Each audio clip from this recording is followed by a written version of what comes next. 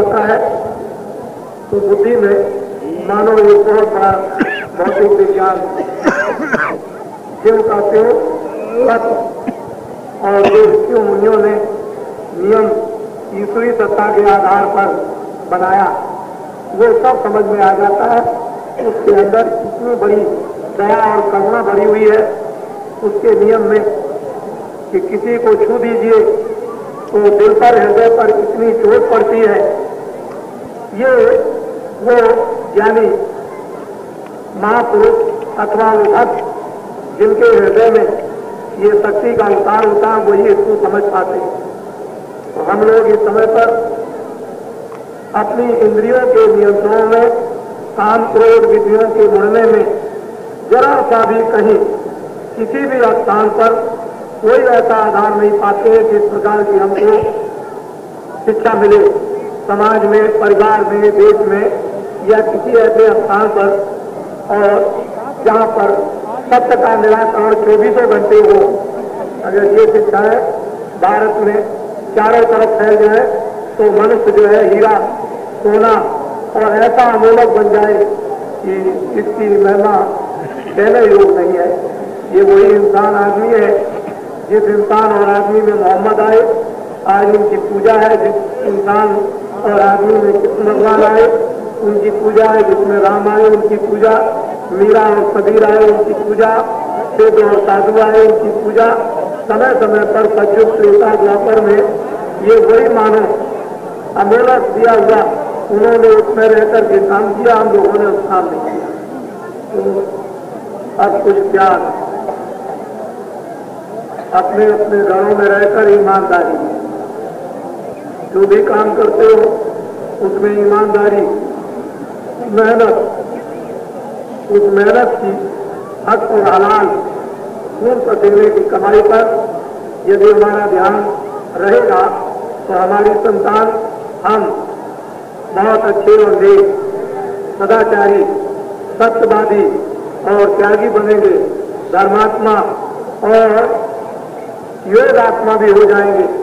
और उस योग आत्मा होने पर ही परमात्मा का दर्शन होता है। लेकिन हम कमाई खून पसीने हक हलाल की नहीं करेंगे तो हमारी इंद्रियां दूषित हो जाएंगी, बुद्धि दिल दिमाग खराब हो जाएगा, फिर इच्छाएं जाग जाएंगी, तमन्नाएं उठ खड़ी होंगी और संसार के भोगों में सम्मिलित हो जाएंगे। फिर हमारे पास में क्या रह जाएगा? सोना चांदी हीरो जवाहरात यदि किसी के पास है और चरित्र नहीं है तो उसके पास कुछ नहीं। चरित्र नाम की एक बहुत बड़ी चीज मनुष्यों में, इंसानों में छुपी हुई है और वो जो फकीर और महात्माओं ने ली तो क्या चीज उन्होंने प्राप्त कर ली। आज भारत में हम लोग उनके नाम पे नमन करते हैं, प्रणाम करते हैं, उनको याद करते हैं, वो धर्म कर्म की बात शांति के लिए सुनने लगते हैं, सोचते हैं कि संसार क्या है। वास्तव में ये कुछ नहीं है, मनो शरीर एक किराए का मकान है, थोड़े दिन के लिए आपको मिल गया है। इसमें आप बाजार में सब सामान, मकान, सोना चांदी, बच्चे, बाल बराज पात इसको अच्छा समझो, लेकिन ये कुछ नहीं। जब समय पूरा हो जाएगा तो एक मनुष्य रूपी मकान इस जिस्म से क्षण मात्र में निकाल कर बाहर कर दिए जाओगे, अपना कुछ नहीं है। तो हमारा जीवन अगर सही मानों में पूछा जाए तो देहातों में कितनी मेहनत और मशक्कत की कमाई लोग करते हैं, उनमें कितने सद्विचार होते हैं, उनमें दया भी होती है, धर्मात्मा भी होते हैं। वो लाख नहीं खर्चा कर सकते हैं लेकिन ढेला खर्चा कर सकते हैं। वो ढेला या एक दाना या उनका एक हाथ लाखों और करोड़ों के बराबर काम करता है। खून पसीने की कमाई वो धर्म को जगाती है। जो जंगलों में सो रहा, जब तक खून पसीने की कमाई से आह्वान करके धर्म को नहीं जगाया जाएगा तब तक ये धर्म काम कुछ नहीं कर सकता है। जब जब समय आया तो उन महापुरुषों ने, उन महान आत्माओं ने हमेशा आह्वान करके इनके द्वारा खड़ा कर दिया और धर्म को जगाकर प्रवेश कर दिया। धर्म की स्थापना, कर्म की स्थापना सत्य की स्थापना, प्रेम की स्थापना, दया की स्थापना और साथ ही साथ में मानव स्थापना, आध्यात्मिक स्थापना बहुत दिनों तक, सदियों तक लोग उनके चिन्हों पर चलते रहे, आराम और आनंद उठाते रहे।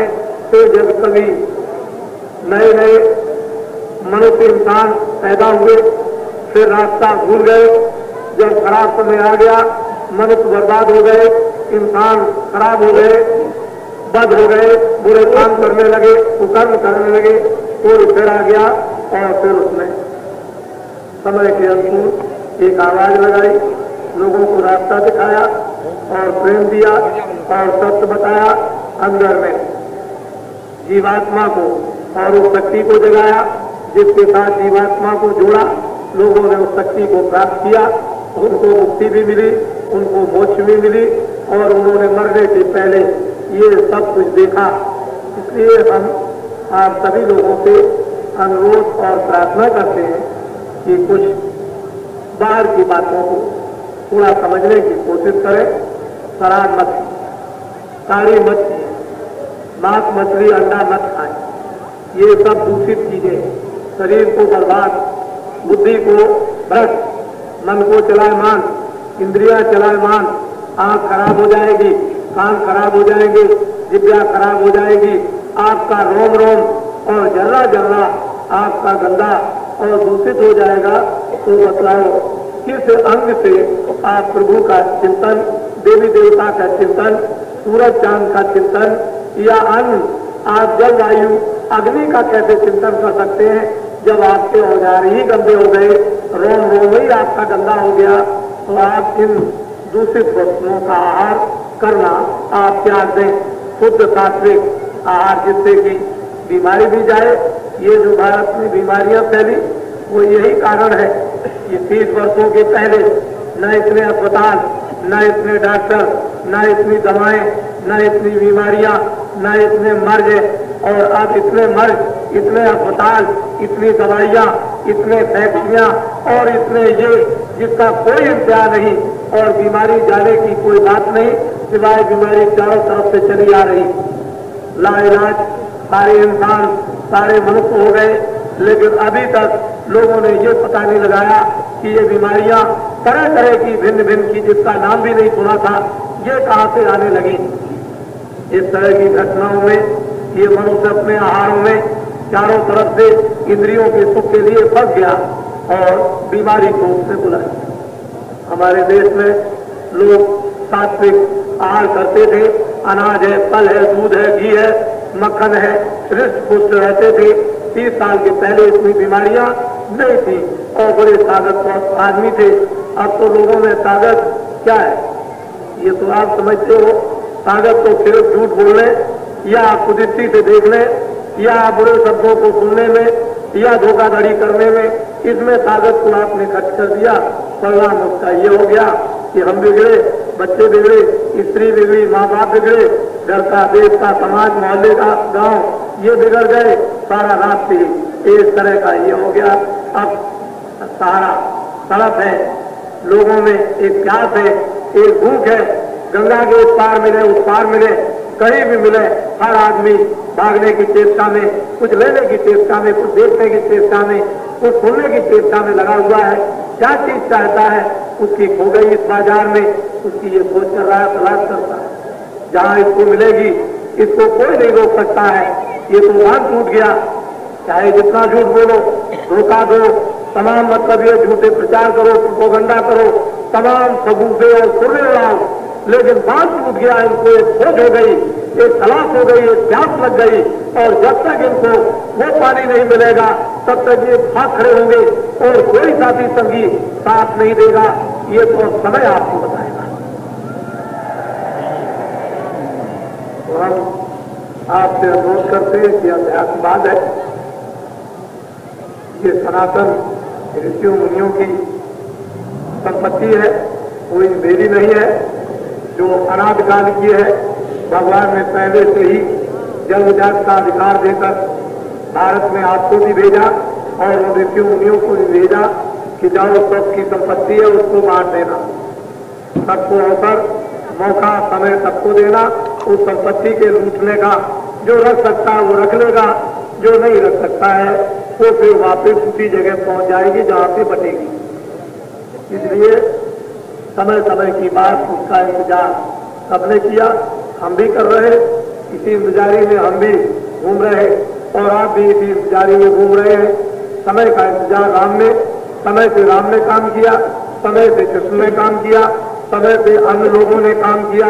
उसी की इंतजारी में बाल बाल भी थे, उसी इंतजारी में फूल भी थे और आप भी उसी इंतजारी में और हम भी उसी इंतजारी में। हम सब लोगों को अपना पुरातन सनातन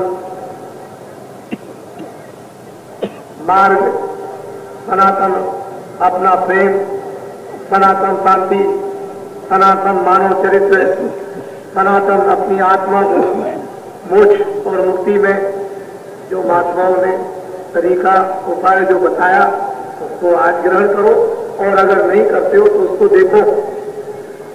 लोग कैसे पतंगों की तरह से टूटते हैं। न कोई देवी समझती है कि मैं देवी हूं, न कोई बच्चा समझता है कि मैं छोटा हूं और न कोई बुढ़ा समझता है कि मैं बूढ़ा हूं। वो तो पतंगों की तरह से एकदम टूट रहे। पतंगों को जैसे ही रोशनी दिखाई देगी, अंधेरे में बैठे उसके ऊपर में एकदम निछावर हो जाएंगे और अपनी हस्ती को खो देंगे उस रोशनी में।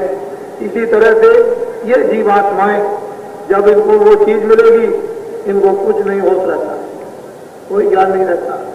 इस मैदान में यहाँ पर इतना जन समुदाय जो नर नारी छोटे छोटे बच्चों का उपस्थित आपके समक्ष दृष्टिगोचर पड़ा हुआ है, ये बिल्कुल उसकी दशा यही है और कोई दशा नहीं। ये तो भगवान का, ये तो प्रभु का खेल है और ये हमेशा होता रहता है समय आने पर। इसलिए आप किसी को आश्चर्य नहीं करना चाहिए।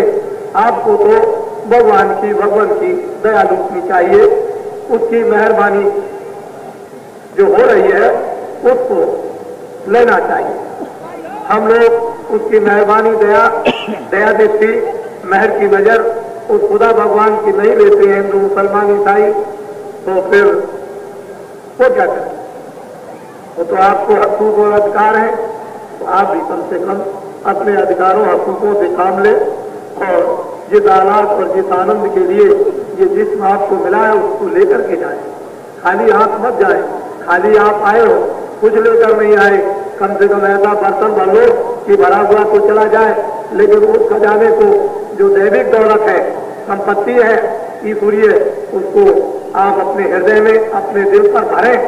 और वो ऐसा खजाना है कि यहाँ से खुशी खुशी जो फकीर और महात्माएं हंसते हुए गए। मैं आपको एक फकीरों की छोटी सी कहानी बता दूं, उसको आप ध्यान में रखेंगे। एक राजा, एक बादशाह हिंदुस्तान में राज करते थे। उनको इतनी हविस, इतना लोभ उनको था कि सारे हिंदुस्तान में अपने अधिकारियों को हुक्म दे दिया कि जितनी भी दौलत उसको सब घरों से निकाल कर मेरे खजाने में ले आओ। एक एक पैसा ढूंढ ढूंढ करके निकाला गया और सारे देश की संपत्ति को बादशाह के खजाने में पहुंचा।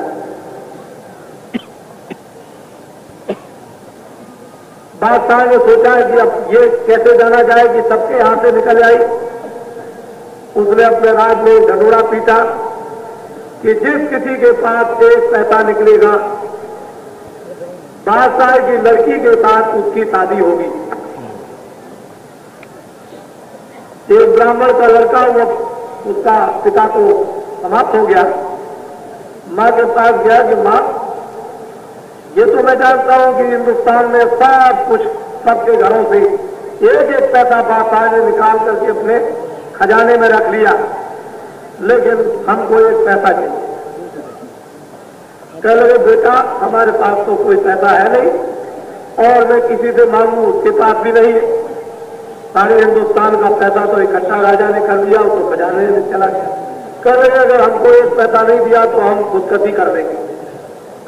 माँ ने सोचा एक बच्चा है, ये भी चला जाएगा तो मैं तो विवाह हो गई, मेरा तो पति बन गया, शिक्षा होगा, कौन हमारी देख रेख करेगा। बहुत सोचने समझने लगी, तो उसे अपनी पुरानी बात बहुत दिन की याद आ गई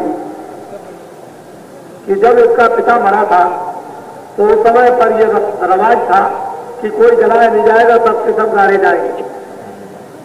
तो जब इसके लड़के के पिता वो जब गाड़ने चले तो एक पैसा उसके मुंह में रख दिया और ले जाकर के उसको जमीन में गाड़ दिया। उसको याद आ गया मां को, तो उसने कहा बेटा एक काम करो कि मैं तुमको बता दूं, तुम चले जाओ कब्रिस्तान में, वहां तुम्हारा पिता दफनाया गया, उसके मुंह में एक पैसा रख दिया, हो सकता है कि वो पैसा मिल जाए। तो बच्चा गया अपना भगवा हुआ लेकर रात को और वहां जाकर के उसने खोदा और उनके मुंह में जो रखा हुआ था उसमें उसने निकाल करके एक पैसा निकाला, आया और कहा कि देख मां मैं तो ये ले आया, मुझे तो एक पैसा मिल गया, चले बेटा अगर तुमको शादी करना है तो जाओ ले जाओ। जब वो बादशाह के दरबार में क्या देखिए एक पैसा ये है और आप बादशाह सलामत अपनी लड़की की शादी मेरे साथ कीजिए, क्योंकि आपने ऐलान किया है कि जो एक पैसा देगा उसके साथ शादी करेंगे। बादशाह ने हुक्म दिया अधिकारियों को, पकड़ो ये बताओ कि पैसा कहां से लाए। चले इससे क्या मतलब कि पैसा कल नहीं तो सूली पे चढ़ा दो, सूली पर इसको चढ़ाओ, अगर ये न बताए तो सूली पे चढ़ाओ। तब उसने अपना दास्तां सब कुछ कहा कि मेरी मां ने इस तरह से मुझे बताया कि वहां कब्रिस्तान में तुम्हारा पिता मरा था, उसके मुंह में एक पैसा रख दिया, तुम जाकर के निकाल जाओ। मैं रात को गया, उसको खोदा, उसके मुंह में से एक पैसा निकाला। अलग अच्छा देखो हिंदुस्तान की सब कब्रों को खोदा, सारे हिंदुस्तान की कब्रें खोद डाली, निकाले कहीं पैसा रखा हो, ये बादशाह का हुक्म हुआ। सारी दुनिया में हाहाकार मच गया, तमाम रियाया जो है चिल्लाने लगी। तो वो तो एक समय होता है, एक फकीर जा रहे थे, सब रो रहे थे। लोगों ने कहा अरे फकीर अब आपके सिवा हमारी कौन सुनेगा। चले क्या है, कह लगे कि सारा धन बादशाह ने अपने खजाने में रख लिया, हम लोगों के साथ अब क्या। अच्छा अच्छा कह लगे अच्छा तो मैं देखता हूं, हमको 2-4 दिन का मौका दो, बादशाह की कई सवारी जाने की। इस शहर से उस शहर में बड़ा इंतजाम हुआ। तो फकीर साहब चले गए आगे और उधर से आ रहे थे, इधर से सवारी जा रही थी। फकीर साहब हंसते हुए बड़ा हंसते हुए चले जा रहे थे। लोग जानते थे कि ये फकीर है। उन्होंने कपड़ा लिया और तमाम कंकड़ उठाना शुरू कर दिया, झोली में डाले और बड़ा हंसे और कंकड़ों को फेंक दे और फिर कंकड़ उठाए जमीन के और झोली में डाले और बहुत क्या क्या मार करके हंसे। सामने जब बादशाह आया तो देखा उन्होंने कहा अरे फकीर क्यों हंसते हो। अरे भाई ये क्या है, कह लगे कि ये हीरे है। तो ये उठाया, फेंक दिया, फिर उठाया। अरे कह लगे फकीर ये तो कंकड़ है, नहीं ये हीरे है, मेरी इनसे मोहब्बत है, प्यार है, उनको मैं छोड़ नहीं सकता हूं। जब मैं मरूंगा तो इन हीरों को अपने साथ ले जाऊंगा। अरे फकीर तुम क्यों फकीर हुए हो, तुमको इतना भी इल्म नहीं है कि कोई मरता है तो कुछ साथ ले जाता है, यही तो कहलाना था। फकीरों को तो यही चोट मारनी है और उनको क्या करना है, मौके से निशाना मारते उसी में शिकार हो जाता। फिर उन्होंने फेंक दिया और फिर बटोरे और हंसने लगे, हाँ जब मैं मरूंगा तब उनको साथ ले जाऊंगा। अरे मूर्ख नादान फकीर, अरे तू मरेगा तो इनको साथ ले जाएगा, तू बेकार फकीर हुआ। अरे कह लगे बादशाह सलामत, सारी रियाया की संपत्ति को तुमने इकट्ठा करके अपने खजाने में जमा कर लिया है और जब तुम मरोगे तो उसको सबको ले जाओगे, तो ये फकीर के हीरे भी साथ जाएंगे। साथ से उसका चैन खुल गया, बुद्धि खुल गई और उसी समय उसको ज्ञान हो गया, मार दिया निशाना। फकीर तो निशाने के लिए आते हैं और क्या करें, बड़े बड़े लोगों को बदल दिया।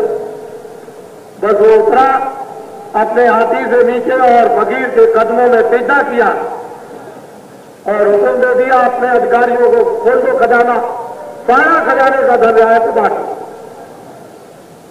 मैं कुछ नहीं ले जाऊंगा। कितनी बड़ी मेरी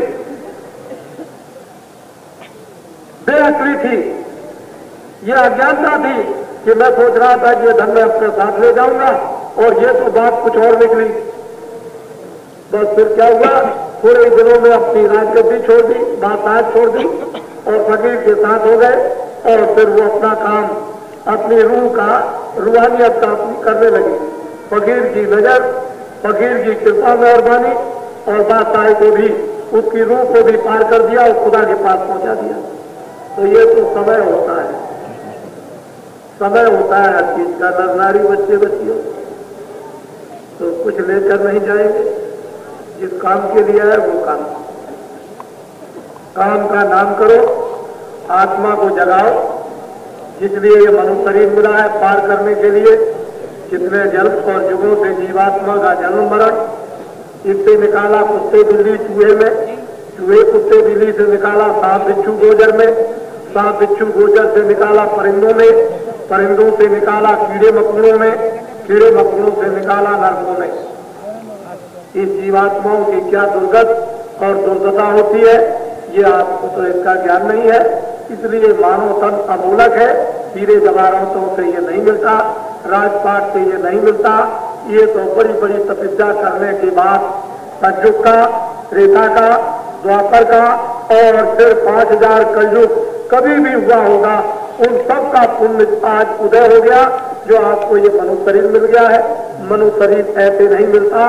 साधन धाम मोचकर द्वारा संपन्न साधनों का धाम, जीवात्मा उसी दरवाजे पर बैठी है कि ऊपर देखो तो भगवान का फाटक खुल जाए और नीचे देखो तो अज्ञान और नरक और 84 चले जाओ। दोनों तरफ का रास्ता तुम्हारे पास खुला हुआ है। उधर जाना चाहते हो तो उस स्थिति में, उन लोगों में, उन देशों में तुम चले जाओ और उधर नहीं जाना चाहते हो तो इस धूप में, इस अंधकार और अज्ञान में उधर चले जाइए। इधर का रास्ता खोल रखा है, उधर तो आपको मालूम है ही नहीं। यह है साधन धाम क्षेत्र। आप अपनी जीवात्मा पर रहें, कृपा दया करें। ये बेचारी लाचार और बेबस है, इंद्रियों के जालों में, मन ने भोगों में लग करके इसकी शक्ति को छीड़ कर दिया है। महापुरुषों से मदद सहयोग लेकर और जल्दी से जल्दी इसको जरा सा अपनी शक्ति को समेटे और अंदर वाली आंख उससे देखे तो आंख का पर्दा खुल जाएगा, हट जाएगा। दिव्य नेत्र ज्ञान चक्षु, ये रोशनी सूरज की और ये रोशनी बत्ती की और ये रोशनी सितारों की और ये चंद्रमा की रोशनी प्रकाश कुछ नहीं है।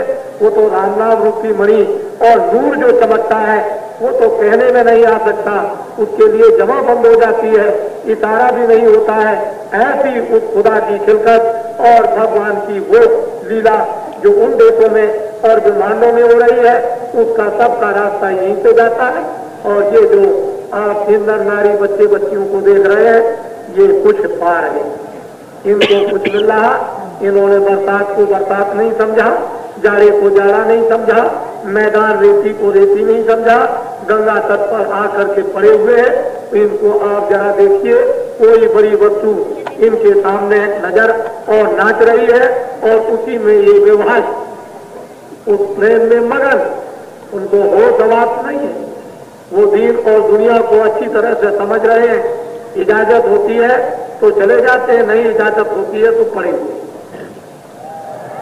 ये देखने को आप, हमने जो कुछ भी आप ये सामने समझ, जो भी छोटे टूटे फूटे शब्दों के रखा था कि इस धरती पर इतना आदमी आएगा जो अभी तक आपके इतिहास में कभी काफी में नहीं आया। जो बातें आपके सामने बताई है वो सब सिद्धांत आपके सामने हो जाएंगी।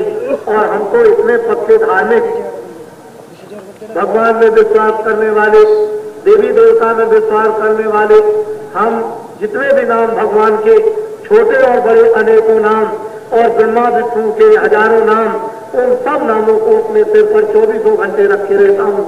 मेरा किसी नाम से भी, चाहे मुसलमान के नाम हो, चाहे ईसाइयों के नाम हो, चाहे हिंदुओं के नाम हो, किसी नाम से घृणा और परहेज नहीं।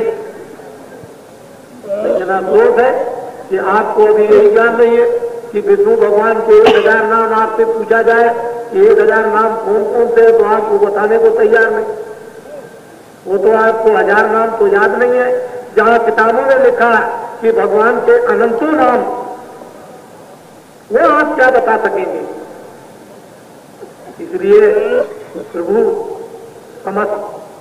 समस्ती है, सर्वव्यापी है, सब जगह है और एक देशी है।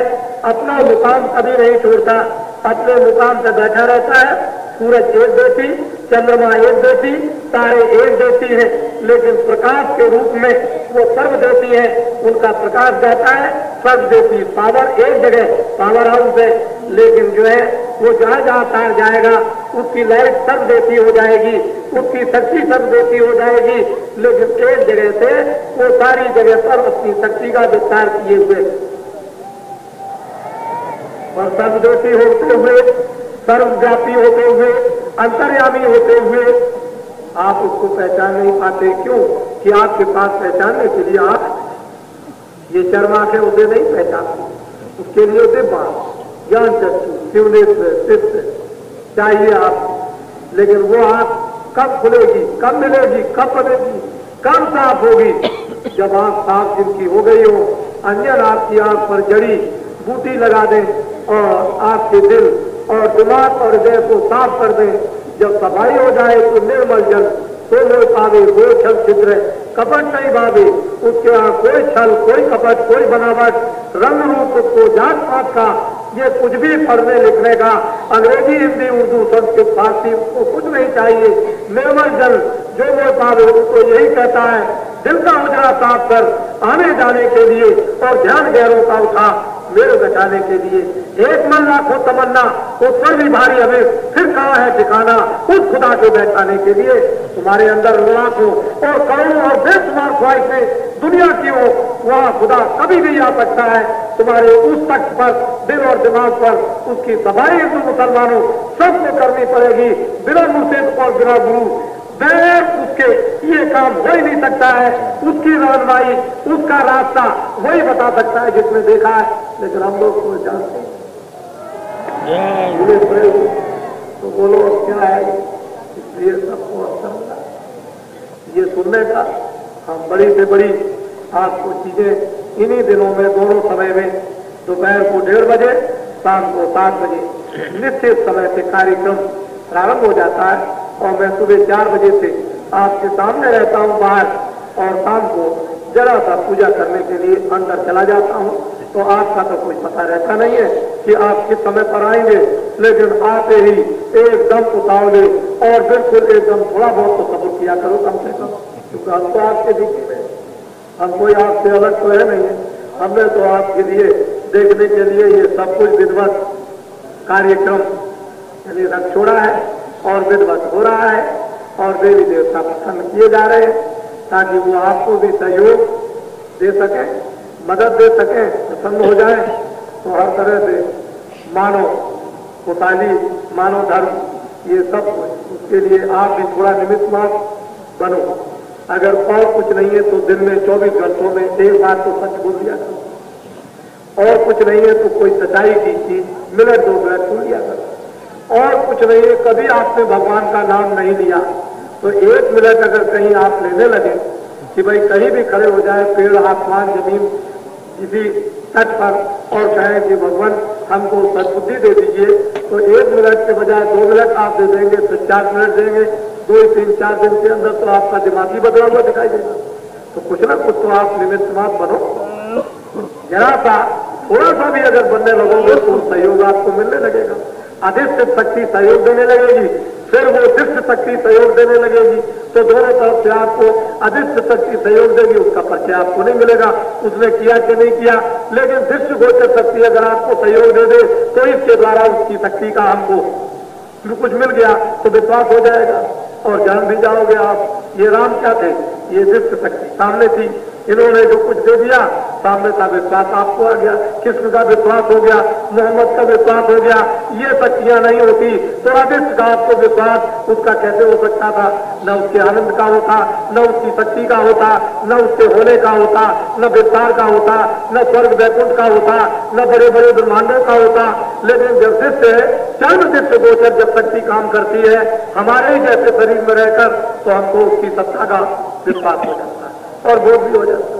इसलिए आप धीरज रखो, थोड़े समय के लिए। हम तो एक आदमी है, हमने तो अपने जीवन में गुरु महाराज से सीखा। उन्होंने कहा ये सब किताबें उठाकर बांध कर सिर पर रखकर और 100 बार प्रणाम करके इनको रख दो, इधर रखी रहो, पढ़ने लिखने का कोई काम नहीं, जो हम पढ़ा दें ऊपर।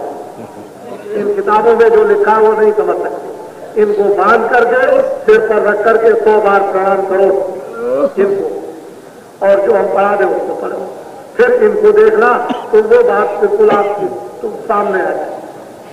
तो गुरु महाराज ने हम तो किताबें कभी पढ़ते, हमको मौका ही कभी नहीं मिलता। गुरु महाराज ने जो पढ़ा दिया है उसी को, अब उनको आप देखिए कि जो कुछ कह रहे हैं उनमें है कि नहीं, उनको आप देख लीजिए। आप ये देख लीजिए कि हमको जीवन में वो जो सुनाया जा रहा है वो मिलता कि नहीं मिलता है। तो यहाँ पर 11 दिन तो शंकर जी की तरफ से, बम भोले की तरफ से मुक्ति बट रही है, उनका तो दरवाजा खुल गया, लेकिन आप जबरदस्ती मुंह बंद किए हुए हो, उसमें जाने नहीं देते। तो हमारा अगर उनका दोस्त क्या, उन्होंने तो खोल दिया। 11 ही दिन खुला रहेगा उनकी तरफ से, तो फिर बंद हो जाएगा। अब आप ले या न ले, 15 फरवरी से 25 फरवरी तक 11 दिन तक तो उनका मुक्ति का बांटने का दरवाजा खुला रहेगा, और जब 11 दिन पूरे हो जाएंगे तो उनका दरवाजा शिवरात्रि के उस पूर्ण आहुति के दिन समाप्त बंद कर दिया जाएगा। वो पट है, वो बंद हो जाएगा। और वो कैसे बंद हो जाएगा कि 11 दिन जो लूटेगा उस मुक्ति को, वो तो आप समझ लो जब उधर जाएगा तो आप ये जानते हो, आपको तो कुछ मालूम नहीं कि उधर और उधर क्या हो रहा है, उसका कारखाना क्या है, ये तो कुछ नहीं। इसलिए आप कम से कम 11 दिन तो आपको मुक्ति, अरे इधर नहीं उधर नहीं तो बमोले की तो लूटनी चाहिए।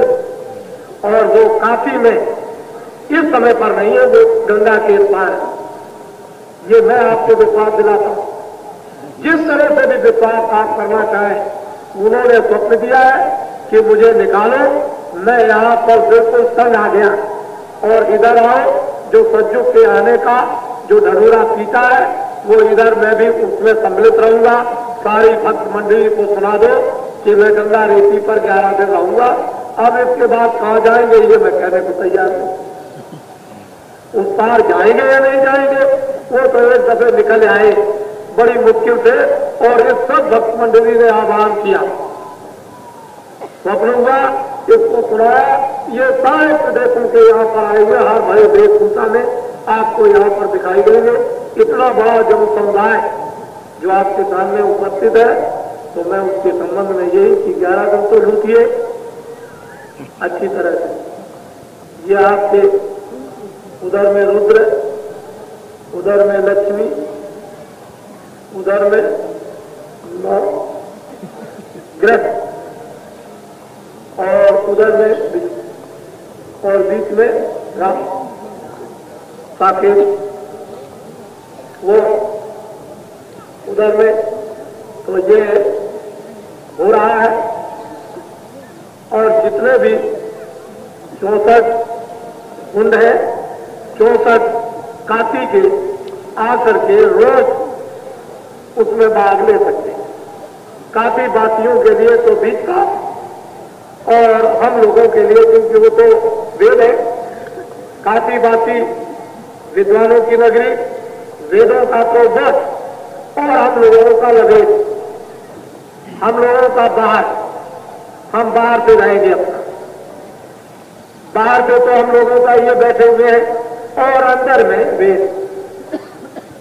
अब आप समझे ना, लेकिन 2 चीजें होती है, एक वेद एक नवेद।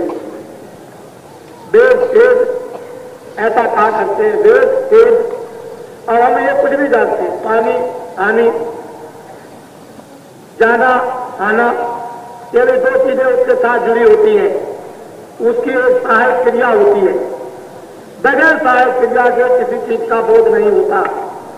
गंगा गंगा समझ लीजिए आप, इसका उठना बैठना सिर्फ सहायक क्रिया उसके साथ जरूर होगी, तो वेद है बीच में और ये बाहर से लबेद हम लोगों का, उसको आपको बैठने दीजिए, हम भी कुछ कर देंगे। उसमें बड़े बड़े भूत वो भी बोल रहे हैं इस समय पर, वो भी कह रहे हैं कि मेरी भी योनि छुड़ा दीजिए। इस मैदान में कम से कम 3-4 हजार रात को भूत मुझे मिले इन दिनों में। वो कहते हैं कि मेरी भी योनि छुड़ा दीजिए, मैं तुम आओ वहीं पर बैठो, उत्तर दिशा में आकर के बैठ जाओ और वेद मंत्रों को विधिवत सुनो, तो तुम्हारा भी काम बनेगा। क्यों कि अगर तुम भी बैठ जाओगे तो 11 दिन यानी मुक्ति बच रही है बम भोले की, तो तुम्हारा भी काम बन जाएगा, क्योंकि जो भी यहाँ रहेंगे उनके लिए मुक्ति बच रहा है, तो तुम्हारा भी काम होगा। तो ये हम तो छोटे एक आदमी है, एक इंसान है, आप हमारे ऊपर तो दया करते रहना, कृपा करते रहना।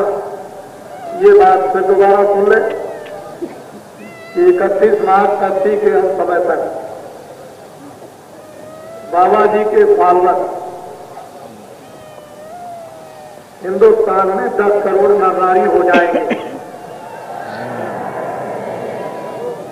31 मार्च 30 के हम समय तक 10 करोड़, और माँ बाप के साथ में 4 बच्चे तो 20 करोड़। ये अब गिनती आपको मैं गिना दूं। माँ बाप के 4 बच्चे 10 करोड़, तो माँ बाप मिलाकर, और माँ बाप के साथ 4 बच्चे तो 20 करोड़ ये, और 10 करोड़ माँ बाप 30 करोड़। और भारत की आबादी इस समय पर 65 करोड़ की है, तो बचे कितना? 35 करोड़, एक के ऊपर एक। ये धर्म का अनुष्ठान, ये धर्म की स्थापना, ये धर्म का काम, ये सत्य का काम, ईश्वर के अस्तित्व का, ये भारत में जो होने जा रहा, ऐसे युग में जिसमें अपनी पत्नी पर भी विश्वास नहीं, अपने बच्चे पर भी पिता को विश्वास नहीं, अपने रिश्तेदारों पर भी विश्वास नहीं, गैरों पर क्या विश्वास हो सकता है, उसको समझ लीजिए। और मैं लोगों से ये कहता था कि समय आएगा ऐसा, आप लोग शराब मत पियो, मांस मत खाओ, मछली मत खाओ, अंडे मत खाओ, चोरी मत करो, डकैती मत करो, कत्ल मत करो, ऐसे काम मत करो। पहले हुकूमत करने वाले छोड़ दें, उसके बाद अधिकारी छोड़ दें, जनता को हम बना लेंगे, जनता को हम मना लेंगे, वो हमारे ऊपर छोड़ दीजिए।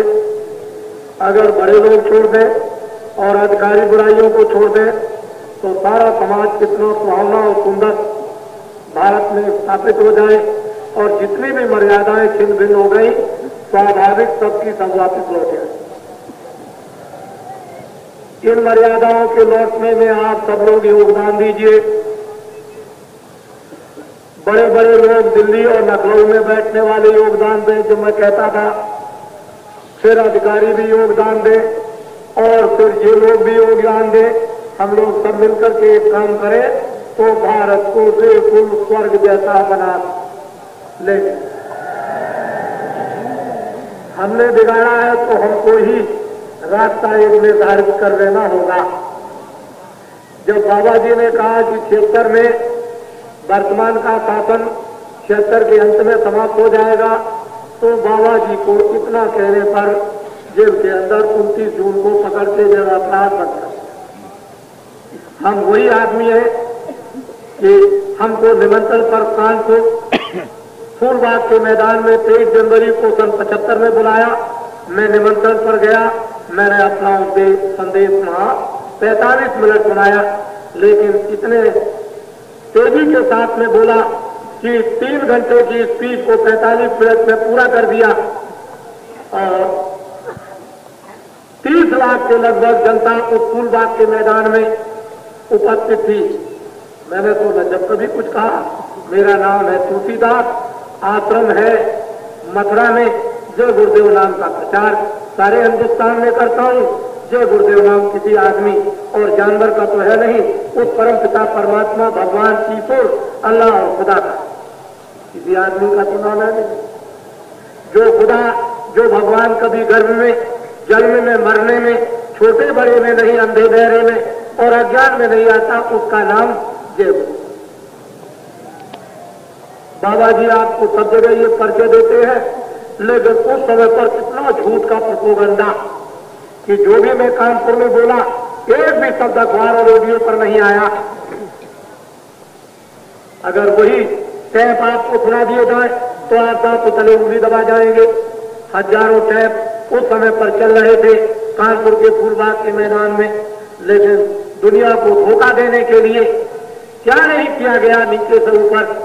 और जब ये कहा कि 75 के अंत में ये शासन दिल्ली का समाप्त हो जाएगा, तो क्या बात ये कुछ झूठ होने वाली थी। इन देवियां जो बैठी हुई इस मैदान में, ये सन 76 में दिसंबर के महीने में, यानी 10 तारीख से जेल में इतनी गई कि शायद किसी भी पीरियड में, यानी किसी भी सत्याग्रह में, अंग्रेजों के जमाने में उस समय पर इतनी देवियां जेल में कभी नहीं गई। और इन देवियों ने जो मारे खाई हैं और नंगा करके जो छोड़ दिया गया, वो बहुत ही अशोभनीय काम था। हमको बंद कर दिया, कोई बात नहीं, हम तो चुपचाप जेल में चुपचाप मौन होकर के रहते। बेड़ियां भी पहनाई, हथकड़ियां भी लगाई, सब काम किए। अंत में जब देखा कि सिंहासन चला जाएगा तो दिल्ली में भी बुलाया और फिर सुलहनामा भी करने की बहुत कोशिश की। बाबा जी को कितने कितने करोड़ों की लालच दी। हमको लालच की क्या जरूरत है, हमारा तो रतन ये बैठा हुआ, ये हीरे और जवाहरात, अरे ये क्या चीज है, ये क्या चीज, कुछ नहीं, हम तो चुटकी बजाते करते, चुटकी बजाते में ऐसे काम हो जाए। ये रतन, हीरे जवाहरात ये बैठे, हमको 2 करोड़ की और 10 करोड़ की क्या जरूरत है, कुछ नहीं। लेकिन हम आपको ये बताए देते हैं कि जिस शासन ने इमरजेंसी को लगा दिया और जिस शासन ने अत्याचार किए हैं निरपराध लोगों पर, अब वो शासन नहीं आएगा। कैसे आएगा? 10 करोड़ तो हमारे रहेंगे और 4 बच्चे 20 करोड़, ये 30 करोड़ आदमी तो मेरा रहेगा। शासन कौन कर सकेगा? ये दिमाग में तो कम से कम आप सोचिए। धर्मनिष्ठ लोग आए, चरित्रमान आए शासन में, हमको उसकी कोई जरूरत नहीं। प्रजा सुखी रहे, अनुशासन में रहे और प्रजा को न्याय मिले और फिर प्रजा के साथ और क्या चाहिए, उसे तो रक्षा और न्याय चाहिए।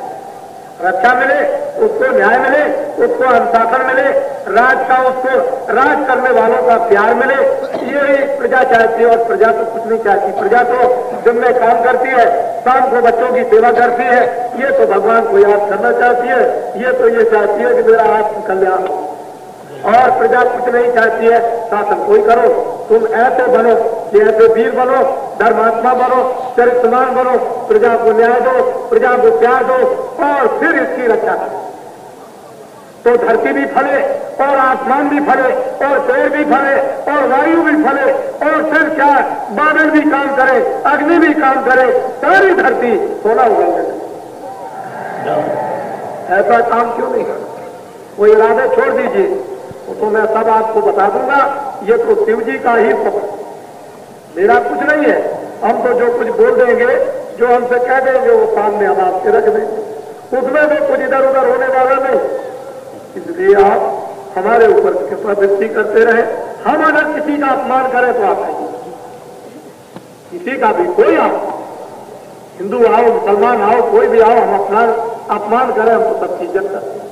हमको तो ये पढ़ाया गया, ये बताया गया कि इज्जत करना, प्यार करना, देना। यहाँ कितने लोग आते हैं, बहुत कुछ समझने के लिए आते हैं, लेकिन जब जाते हैं तो कहते हैं हमको इतना प्यार से मिले, हमसे से पूछते कि तुम मुसलमान हो, तुम एक रंगीन धोती पहने हो, तुम सफेद पहने हो। हमने तो कभी किसी से पूछा नहीं, न उनकी देवियों से पूछा, लेकिन यह कि आप प्यार और मोहब्बत उनसे खुद पूछ लो। इस मैदान में तो कभी चले आ रहे। इसलिए ये जन समुदाय भारत में एक नमीन, एक आपके सामने जो भावनाओं का एक स्रोत इस समय पर जो जरा सा खुला है, ये चला जाएगा अपनी जगह पर आ जाएगा। भारत में धर्म की स्थापना होगी, सज्जनों की, अच्छे व्यक्तियों की मानता और अच्छा होगी, और धीरे धीरे बुरे लोग अपनी बुराइयों को छोड़ देंगे, क्योंकि उसका एक समय है छोड़ने का। हम तो आह्वान बराबर कर रहे और ये बता दिया है कि हिंदुस्तान के चारों तरफ के देश छोटे छोटे टूट करके भारत में मिल जाए। भारत एक विशाल देश, थोड़े दिनों के बाद में सारे विश्व का भारत गुरु बन जाएगा। भारत में राष्ट्रभाषा हिंदी, संस्कृत हो जाएगी और भारत इतना सिरमौर हो जाएगा कि मैं आपको उसके बारे में क्या बताऊं। मेरी बात तो आज पागलों जैसी मालूम होती है, लेकिन जब ये सब चीजें आ जाएगी तो सारे विश्व में ये कहानियां बन जाएंगी। अभी लोगों को नहीं, मैं तो अभी कुछ विशेष करके कहता ही, धीरे धीरे इशारा करता हूं और चलता जाना चाहता हूं। मेरे लिए मैं कुछ कहना, मैं तो आपको दिखाना चाहता हूं, कहना यही मैदान है। जब मैं यहाँ काम 1-1.5-2 महीने से कर रहा था तो लोग कहते थे कि जो ये कहते हैं तो आप मैं कहा कुछ नहीं, आप अपनी आंखों से देखना, क्योंकि हम कुछ कहना ही नहीं चाहते, हम तो आपको दिखाना चाहते हैं। तो आप देखें, आप भी मदद करें, हम भी मदद करें। हमारी आपकी मदद से एक सुंदर समाज, एक सुंदर देश, सुंदर परिवार फले फूले और सब लोग अच्छी तरह से फल फूल, अनाज, घी दूध, मक्खन, कपड़े, सबको मकान मिले, सब लोग प्रेम और मोहब्बत से रहे। इस तरह के युग का ढंढोरा आपके सामने पीटा जा रहा है कि ऐसा समय आएगा। जय गुरुदेव।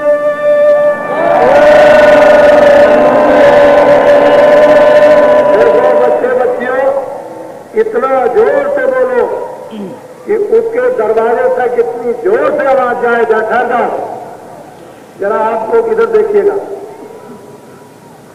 देखिए ये सब कुछ हो रहा। ये हमारे विद्वान है, उसको आपके सामने आ ही जाएंगे जो आए हुए हैं। अब तो सब कुछ आपके सामने हो रहा है, तो मुझे आप छुट्टी दे देंगे, मैं चला जाऊं? क्यों? अब तो कोई बात नहीं, अब तो सब बिल्कुल एकदम, अब कोई बात नहीं, अब तो आप कर लेंगे, तो मुझे छुट्टी दे दीजिए, मैं चला जाऊं? अच्छा ये बताइए कि मैं चला जाऊं तो आप यहाँ रहेंगे? मुझे जरा हाथ देखिए, आप उसको देखिए, आप सब लोग उधर। अच्छा ठीक, नीचे कीजिए आप, ये देखिए आप, ये आपको समझने की बस जरूरत है समय पर।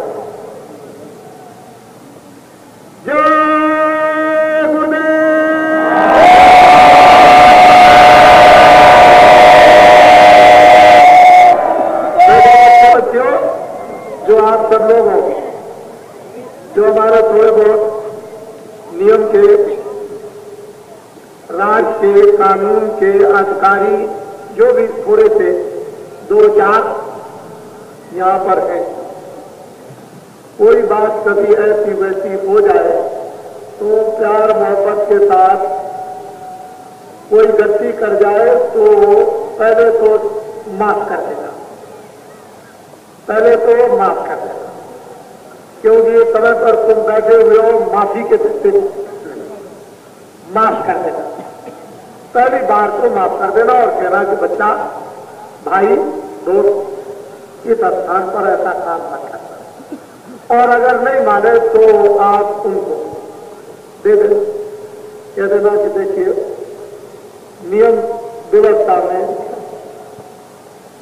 बाधा होती है तो मैं आपको दे देता हूं, तो जो दो चार है उनको आप दे, ताकि विधिवत आलाप के साथ में सब काम ठीक हो जाए। और वो भी आज नहीं, अगर कोई गलती करके जाएंगे भी तो वो अभी थोड़े ही दिन के बाद पछताएंगे और फिर मुझसे खुद कहेंगे, क्योंकि आप में भी तो ऐसे बहुत से बैठे हैं जो आपने करके फिर गलती की माफी मांगी और फिर यहाँ आकर के अब फिर कहने लगे हमको भजन का रास्ता बता दीजिए, हम भजन करेंगे। तो उन्हीं में से तो आप हो, कोई दूसरे नहीं हो। तो पहले आप अपनी तरफ देखो कि मैंने क्या क्या गलती की और फिर किस तरह से माफी मांगी और फिर किस तरह से भजन में लगा और किस तरह से हमारा दिल बदल गया। तो ऐसा ही उनको भी समझे, भूले हुए हैं, नहीं जानते हैं, पहले आप भी भूले थे। जब आप अपनी तरफ देखोगे तो फट दूसरे को पहचानेंगे। तो क्षमा करना ये काम है। थोड़ा बहुत कोई पैसा है इधर उधर चला जाए तो कोई बात नहीं है, ये तो गांठ का जाता है। तो कुछ तुमने लिया दिया होगा, किसी का इधर उधर से तो चला जाए तो गंगा जी के किनारे कोई पता नहीं। तुम फिक्र मत करो, घबराने की जरूरत नहीं है। हम जब तुम चाहोगे कि 100 रुपए 200 रुपए हमारे चले गए, 50 रुपए चले गए, तो हम मेघों से और देवताओं से प्रार्थना करेंगे कि उसके खेत में पानी बरसा दीजिए ताकि ट्यूबवेल बिजली का पैसा बचे। भगवान के हजार देने से होते तुमको अभी कुछ पता नहीं, 1000 लाख हाथ उसके होते न मालूम किस तरह से दे दे। इसलिए सब बातें विचार और मैं ये भी समझा दिया। अभी जो गांव में अपने अपने तय करके आए ना, ढूंढ ढूंढ करके, जहां लड़के लड़की को गांव में तय किया है और आपने ये सोचा है कि मैं तो काशी में जाकर के फिर शादी बच्चे बच्ची की करूंगा, तो तय तो आपने गांव पर कर लिया, लेकिन आपने इसको शुभ समझा कि उस समय पर इतना बड़ा कार्यक्रम होगा धर्म का और काशी विश्वनाथ बम बोले रहेंगे और इतना बड़ा सज्जुग आगमन और वहां पर नर नारी भक्त और विद्वान वहां पर रहेंगे, तो उन्हीं के समक्ष ये पानी ग्रहण पति पत्नी का हो जाएगा। तो वो भी यहाँ पर अभी हो जाएगा। आप काशी बाती जो माने लोग हैं अपने सज्जन, वो इधर आए और यहाँ आकर के उनके लिए काफी जगह ऊपर बैठने की है, 2 3 से 4 को आदमी बैठ सकते हैं, कोई ऐसी बात नहीं है। कल हमारे गेट पर आदमी ठीक से पढ़े लिखे अच्छी तरह से रहेंगे, लेकिन हमने ये इंतजाम आपको उन किसानों के द्वारा करके बताया कि वो भी कर सकते हैं जो एक अक्षर नहीं पढ़े, वो भी अच्छा इंतजाम कर सकते हैं ये आपको। लेकिन ये मत समझे कि यहाँ पढ़े लिखे नहीं है, यहाँ हर भाषा जानने वाले हैं, लेकिन मालूम ऐसे होगा कि कोई झाड़ू लिए होगा, कोई डलिया लिए होगा, कोई 4000 तनख्वाह पाता है, कोई 3000 पाता है, कोई कुछ करता है, कोई कुछ डलिया लिए हुए है, लेकिन उसको आप समझ नहीं सकते, कुछ जानता, भाषा भी देहाती बोलेगा। तो ऐसा कभी मत समझिए कि पढ़े लिखे नहीं, अनपढ़ और पढ़े लिखों का समावेश। और उनकी किसानों के द्वारा भी आपको इंतजाम बताया गया कि देखिए कैसा इंतजाम। मैं एक दिन यज्ञशाला में अंदर गया तो मुझे भी नहीं जाने दिया, अंदर नहीं प्रवेश नहीं दिया, तो मैं भी लौट आया। मैंने कि मैं इनके नियम में क्यों बाधा नहीं, जब मुझे नहीं, मैंने लोगों से कहा कि यज्ञशाला में मुझे को नहीं जाने दिया और मैं आपको क्या होता वहां कैसे जाएंगे, नियम के विपरीत कैसे जाएंगे। तो फिर मैंने इनके अफसर को बुलाया कि भाई कह दीजिए मैं अंदर जाऊंगा, तो उन्होंने कहा कि भाई जाने देना। बताइए आप ये तो कम से कम समझ सकते हो, नियम तो नियम ही है। इसलिए किसान बहुत, और आप इन किसानों से जो एक अक्षर नहीं पढ़े हैं, बड़े बड़े विद्वान जो अपने को बहुत समझते हैं कि मैं बहुत कुछ जानता हूं, जरा इनसे बात तो करके आप देख लीजिए। कोई बात नहीं है, विद्या की जगह अपनी जगह और सत्य की जगह अपनी जगह, सत्य अपनी जगह पर है, विद्या अपनी जगह पर है। मैं उस विद्या का अपमान नहीं करता, मैं सम्मान करता हूं। इसलिए आप आइए, इधर भी विराजमान, इधर भी, और आप 64 जजमान में पति पत्नी के आप काशी बाती दे दीजिए और बीच में आकर के और पूरा आप आनंद लीजिए, अपनी मानवता को प्राप्त कीजिए। ये आपके लिए दरवाजा बिल्कुल खुला हुआ है। ऐसा कभी मत समझिए कोई कि मेरे लिए दरवाजा किसी ने बंद कर दिया, हरगिज नहीं। आप यहाँ बैठिए और मैं वहां बैठू, मुझे कि कभी भी ख्याल नहीं इस बात का। मैं तो बैठा ही वो नहीं बैठता हूँ, मिट्टी में बैठा रहता हूँ, मेरे लिए क्या। अभी तो कपड़े साफ कर लिए, अभी थोड़ी देर के बाद देखिए कि कितने गंदे कपड़े रहते हैं। तो कोई बात नहीं। अच्छा वो बोलिए, अच्छा जय गुरुदेव।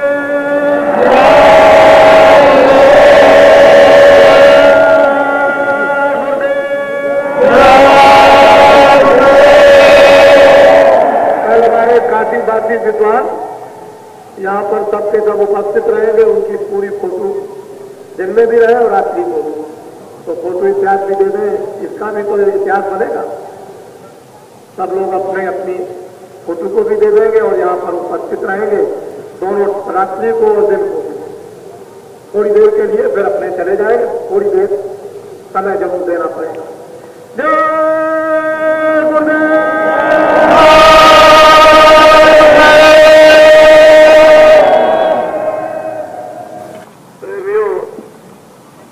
नरनारियों, बच्चे बच्चे, गांववासियों, शहरवासियों और प्रांतवासियों, ये आपको मालूम होना चाहिए कि ये सृष्टि का आधार कर्मों पर है। ये सारी सृष्टि कर्मों पर टिकी। जिस दिन कर्म हमारे समाप्त हो जाएंगे उसी दिन यहाँ से रवाना। जो कुछ भी दुख शोक संताप, अनेक प्रकार के कष्ट, घर, समाज, देश, ये सब कर्मों पर आधारित है।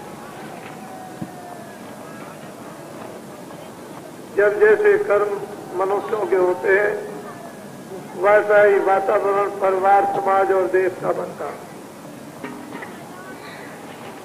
हमारे तामस कर्म होंगे तो सारा देश, सारा समाज, सारा धर्म, सारी पूजा, देखना, सुनना, बोलना, ये सब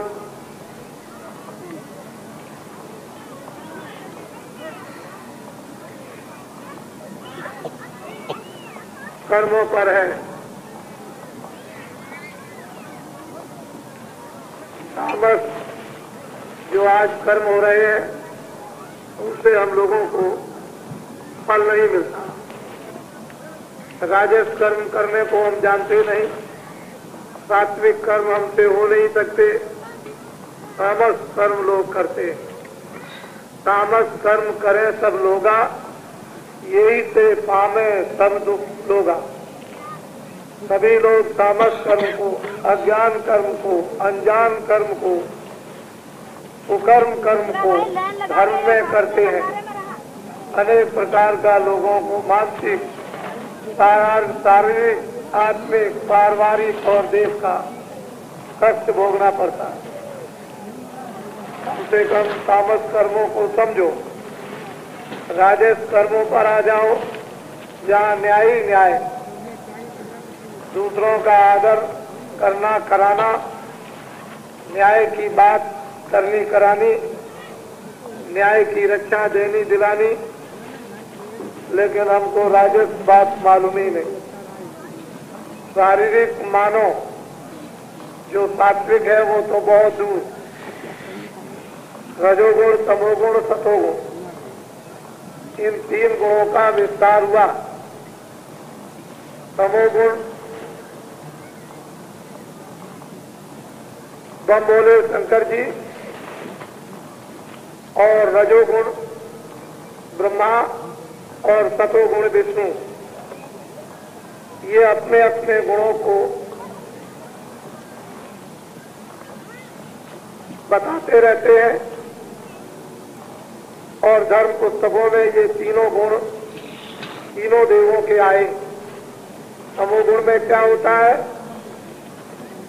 प्रलय। रजोगुण में उत्पत्ति और सतोगुण में पालन। ये तीन गुणों में दो कर्म बढ़ गए, अच्छा और बुरा। एक अच्छा एक बुरा, एक पाप एक पुण्य, और इन्हीं पर, दोनों पर सब कुछ, जीवन और जन्म मरण आधारित है। इन अच्छे बुरे दो कर्मों को समझ लिया जाए तो हम तमोगुण, रजोगुण और सतोगुण को भी समझ सकते हैं। लेकिन जब तक हम ये नहीं समझेंगे तब तक हमारी बुद्धि निर्मल और पवित्र नहीं होगी। सत्संगियों को, प्रेमियों को जो उस प्रभु की तरफ साधन उपासना ध्यान करते हैं, उनको हमेशा ये चौकीदारी करनी पड़ती है। उनको ये निरख परख करनी पड़ती है कि कितना हमें तामस और कितना हमें राजस और कितना हमें सतोगुण, इन तीनों गुणों का परित्याग अंत में कर देना पड़ता है। लेकिन मानो जो तमोगुण, रजोगुण, सतोगुण है, उसे मानो में उतार लेना और समझ लेना चाहिए, और ऊपर के जो सतोगुण है वो अलग।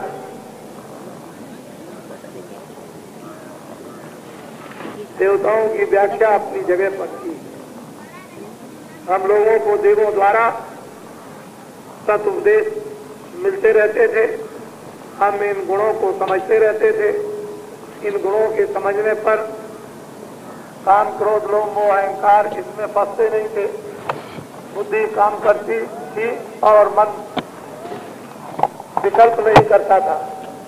मन अपने बस में, बुद्धि नित्य अनित्य, जीवात्मा उसमें प्रभु की ताकत प्रवेश हो जाती थी। इस तरह से मानव शरीर में जीवात्माओं की रक्षा विधिवत, ताकि इस मनुष्य शरीर में ऐसे बुरे कामों का भंडार न जमा होने पाए जो हमको जन्म मरण बार बार और हर बार और हर क्षण भोगना पड़े।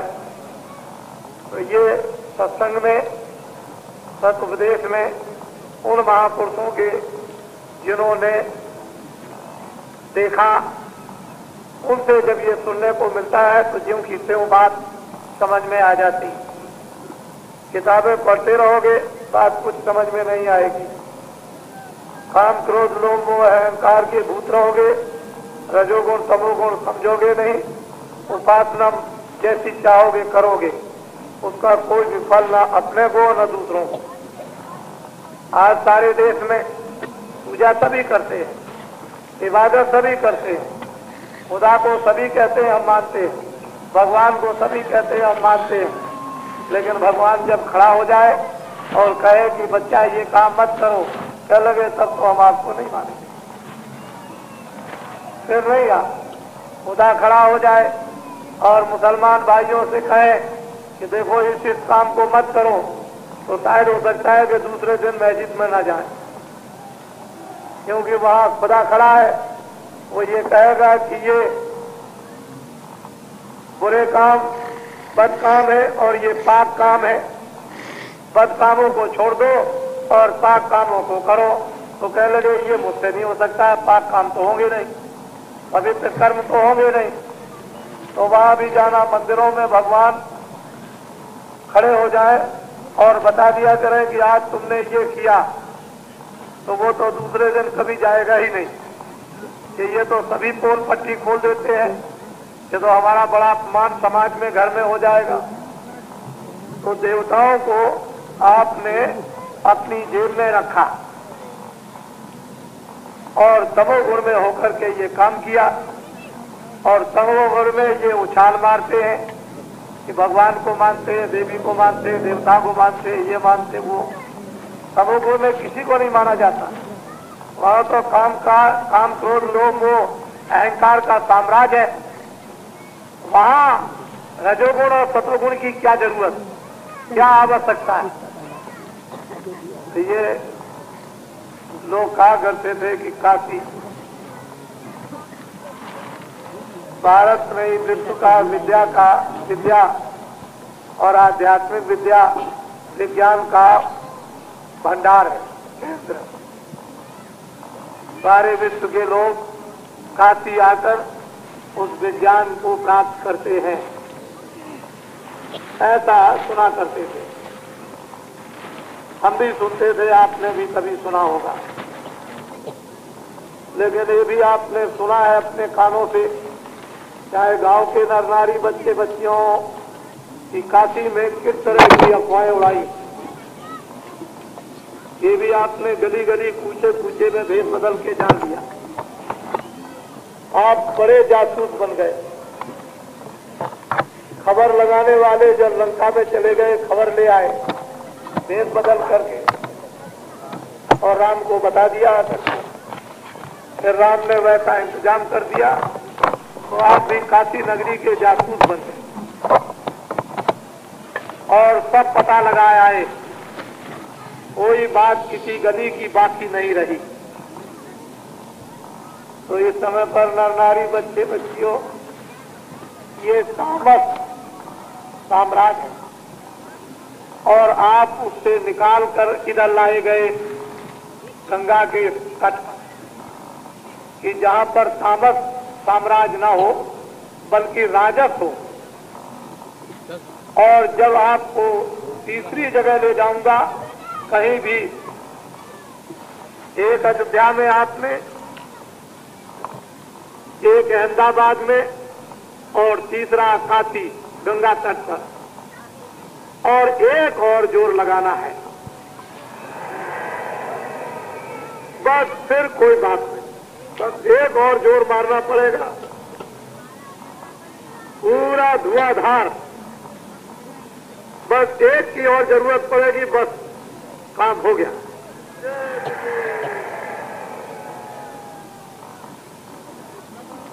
तो ये सबने अनुभव किया कि ये दुनिया कितनी चक्कर की है, कितना धोखेबाज, कितना बाउंडर फैलाने वाली, कि अपनी आंखों से सत्य चीज को भी देखें, उस पर भी पर्दा डाल दिया जाए। इसको कहते हैं दुनिया, इसको कहते हैं तामस साम्राज्य, और पूर्ण अज्ञानता का, यानी उसमें कोई कमी नहीं, न कोई आंख की, न कोई कान की, और न कोई बुद्धि की। पूर्ण पशुवत साम्राज्य तामस। उस पशु को ये बोध नहीं होता है कि इसके लग जाएगा सींग और मार दो, उसके पेट में घुस जाए, कोई चिंता नहीं। ऐसा छाया हुआ। जब तामस साम्राज्य छाया हो तो धर्म कहाँ है? धर्म का तो वहां नाम निशान नहीं है। धर्म को तो हड़का करके और जंगलों में, पहाड़ों में खदेड़ दिया, वो तो उधर चला गया। तो मैं अभी कुछ ही महीने पहले जब प्रेमियों को ये कहा कि 11-11 प्रेमियों की टोलियां बना लो, इसकी जरूरत पड़ेगी। और वो टोलियां जब आपने बनाई तो आपने यहाँ उसकी जरूरत कुछ देखी। इस मैदान में कुछ आवश्यकता देखी। 11-11 आदमियों की टोलियां, इन टोलियों का बड़ा रहस्य है। मैंने भी अभी आपको नहीं समझाया और आपने भी नहीं समझा। सिर्फ इतना ही बताया कि आपको तो 11-11 की टोली बना लेना, और 11 के 11 उस टोली में सब सरदार, उनमें छोटा बड़ा एक भी नहीं, सबके सब सरदार, और सामान बराबर। एक चला जाए तो दूसरा, दूसरा चला जाए तो तीसरा, अगर संसार से ही चला जाए तो फौरन एक भर्ती कर लो, तो बिल्कुल उसकी पूर्ति हो जाए। 11 का कोई ऐसा है 10 नहीं किया, 9 नहीं किया, 5 नहीं किया, 11 बताए आपको। और ये भेद अभी नहीं बताऊंगा। 11-11 की आप टोलियां बना लें। अभी समय है आपके लिए। जो मेहनत मशक्कत, जो शरीर से खून पसीना बहाकर यहाँ गांव पर रहते हो, वहाँ जो किया है आपने, वो हम सब और भगवान सब कुछ देख रहा है।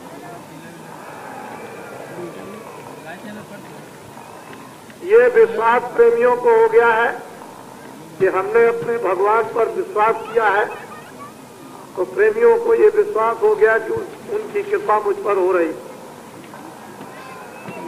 दया हो रही है।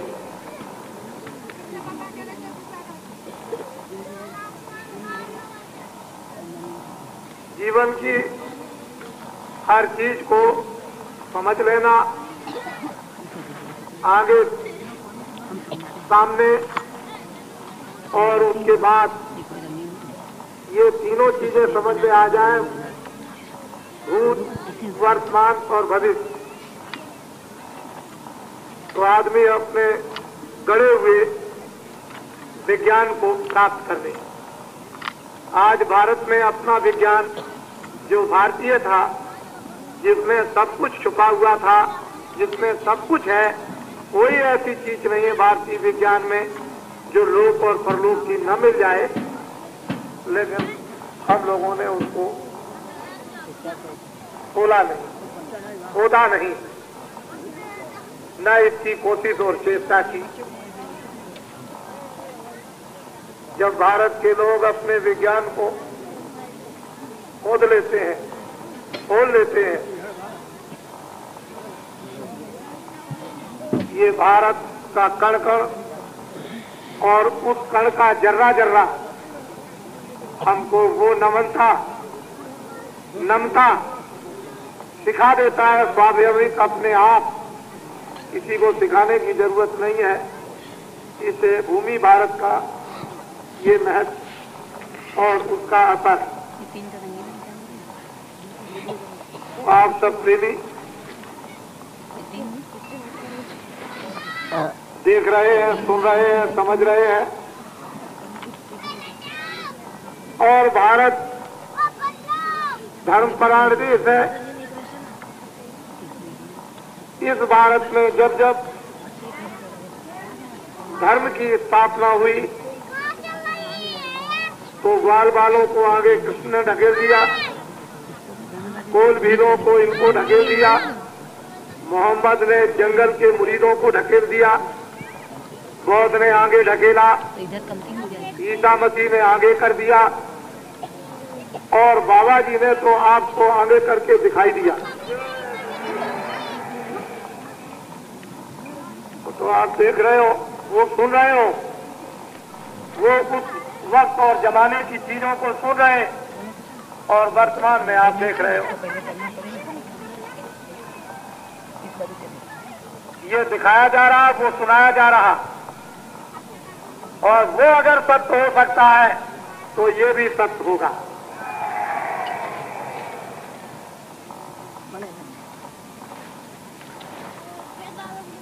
प्रेम प्रेम है। जो जो प्रेम में मतवाले भये सो पहुंचे उस घर। जो प्रेम में मस्ताने मतवाले, जिन्होंने भी प्रेम पी लिया, वो अपने वापस घर को हो गए। ये परदेश है, अपना नहीं है। इसलिए कर्मों के 3 विभाजन, तमोगुण, रजोगुण, सतोगुण, और 2 उसके भाग कर दिए हैं, अच्छा बुरा। इसको समझने के लिए किताबें तो बहुत हैं, लेकिन उससे कुछ नहीं मिलता। मिल गया होता तो ये सब चीजें छूट जाती और अपनी जगह पर आध्यात्मिकता भारत में स्थापित हो जाती। तो धर्म की स्थापना आध्यात्मिकता उसी के द्वारा जगत में होती है। धर्म की स्थापना तमोगुण से नहीं, न रजोगुण से और न सतोगुण से। रजोगुण, तमोगुण, सतोगुण ये मानव को बनाने और बिगाड़ने की। अगर बनना चाहते हो मानव धर्म, तब तो सतोगुण में आ जाओ, लेकिन नहीं, इसके उपरांत जाना चाहते हो तब तो आपको आध्यात्मिक धर्म लेना है। हम लोग नहीं समझ पाते हैं, इस कारण ये दशा है। रामायण, गीता, भागवत, वेदों, शास्त्रों की एक एक कड़ी, चौपाई, दोहा, श्लोक यदि ध्यान से उस पर मनन किया जाए तो ऋषियों, मुनियों और महात्माओं ने बड़े घोर कष्ट इंद्रिय दमन करने के, मन को भस्म करने के, ज्ञान को प्राप्त करने के लिए बहुत उठाए। और हम भी देखते हैं यही बात, कष्ट उठाना ही पड़ता है। तो ये कर्मों का खेल है यहाँ पर, और आपको उससे वदाती किया जा रहा, कर्म करो लेकिन ऐसे कर्म करो जिससे बंधो नहीं। काम करो, सेवा बच्चों की करो, ये सब कुछ चीजें देखो, लेकिन ऐसी देखो इसमें फंसो मत, अपना मत समझो। हमेशा उदास बने रहो और इन चीजों से काम लेते रहो। कोई मुसाफिर आपके दरवाजे पर आ जाए, बहुत अच्छी अच्छी चीजें रात को ओढ़ने को मिले और खाने को, इसके माने ये तो नहीं है कि उसका घर है। वो समझता है कि मैं इनके दरवाजे पर आया, इन्होंने सेवा की, लेकिन घर मेरा नहीं, सुबह उठते ही जाना पड़ेगा। ऐसे ही अपने आप को समझना है कि यहाँ रहो, जब तक इस मकान में हो तब तक काम करो, देखो, काम लो, एक दूसरे के काम आओ, लेकिन हमेशा इस निशाने को बनाए रहो कि यहाँ रहना, यहाँ से जाना।